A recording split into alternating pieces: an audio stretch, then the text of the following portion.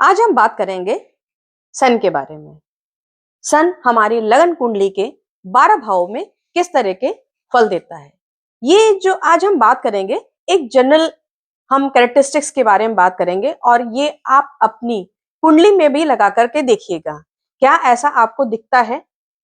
चलिए शुरू करते हैं हम लगन कुंडली के फर्स्ट हाउस से। अगर आपके लगन कुंडली के फर्स्ट हाउस में है तो आप देखेंगे कि व्यक्ति पतला दुबला होता है, उसके अंदर एक एग्रेशन गुस्सा होता है और आंखों पे चश्मा होता है। यही सन अगर आपके लगन कुंडली के सेकंड हाउस में होता है तो उसकी वाणी में एक ऑथोरिटिवपन होता है, एक जैसा राजा कैसा होता है, रूल करना चाहता है, तो वो अपने घर पे भी एक रूलिंग अथॉरिटी जैसे काम करता है कि मेरे हिसाब के मन मुताबिक ही काम होना चाहिए। रिलेटिव से झगड़ा होता है और फैमिली लाइफ में भी कुछ ना कुछ छोटा छोटा उनके ईगो की वजह से रिलेशंस अच्छे नहीं रहते हैं। इसी सन को अगर लगन कुंडली के थर्ड हाउस में देखते हैं तो पाते हैं कि ऐसा व्यक्ति घूमने फिरने में ज्यादा इंटरेस्टेड होता है और लाइफ में कामयाबी जो होती है उसको बहुत देर से मिलती है। इसी सन को अगर हम अपने लगन कुंडली के फोर्थ हाउस में देखते हैं तो पाते हैं कि ऐसा व्यक्ति रात में देर से सोता है, नाइट शिफ्ट करता है और घर के जो कामकाज में होते हैं उसमें थोड़ा सा कम इंटरेस्ट लेता है। इसी सन को अगर लगन कुंडली के फिफ्थ हाउस में अगर हम देखते हैं तो संतान से कष्ट या दुख मिलता है, खास तौर से बड़े बेटे या बड़ी बेटी से कष्ट मिलने की संभावना होती है। इसी सन को अगर लगन कुंडली के सिक्स्थ हाउस में देखें तो ऐसे व्यक्ति में वाइटिलिटी पावर ज्यादा होती है।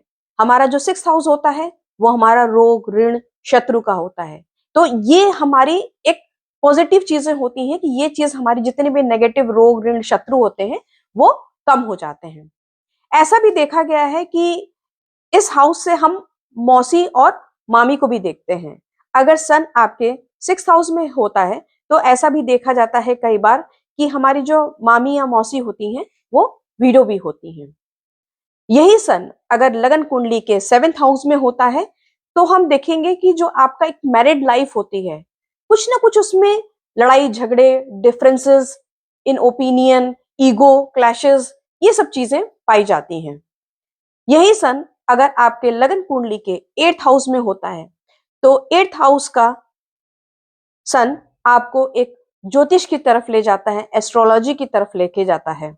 और ऐसा भी देखा गया है कि ऐसे व्यक्ति अगर कोई मरने वाला है अगर उसके सामने बैठ जाता है तो उसकी मृत्यु नहीं होती है या देर से देखी जाती है।